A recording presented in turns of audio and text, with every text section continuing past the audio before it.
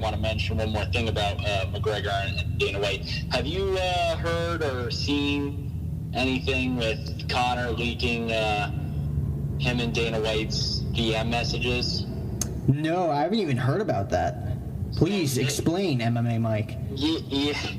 So McGregor. Okay. Well, let me back up a second. So Diego Sanchez, who fought on the undercard. I mentioned him on the podcast last time very briefly, which I got that fight right. I knew he was going to get beat, but I'll keep moving on. So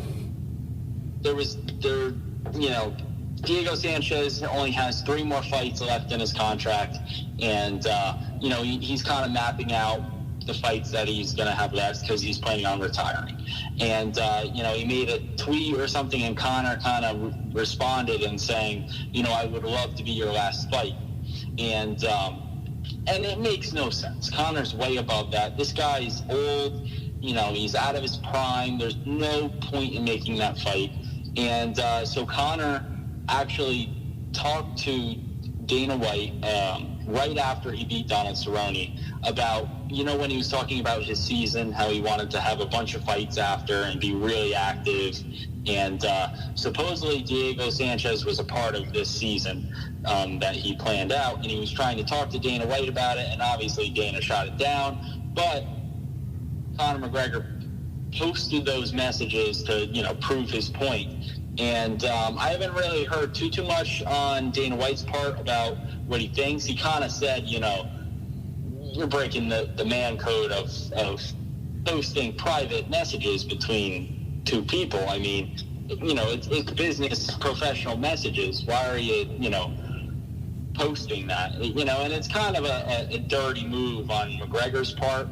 I think McGregor's a little fed up that he's not getting what he wants. And although I do think Dana's doing his best to compromise with Conor, and Conor also spoke about fighting Gaethje, but he wanted to fight Gaethje in May. As soon as the UFC could provide him, Gaethje was in July. McGregor was being a little picky. He wanted certain places. He wanted certain dates. And the UFC can only do what the UFC can do. And I wouldn't say either are at fault for not making fights or not making, it happen. I think just they both couldn't work together, you know what I mean? And I think Conor's kind of feeling like, they're saying, I'm pulling out of fights. I'm saying no, really. But he isn't saying no. He just wants specific things. And the UFC can't always provide them. But it was interesting to see that because we've never really seen any controversy before Dana White and Conor. We always have thought that the relationship has been so great. And,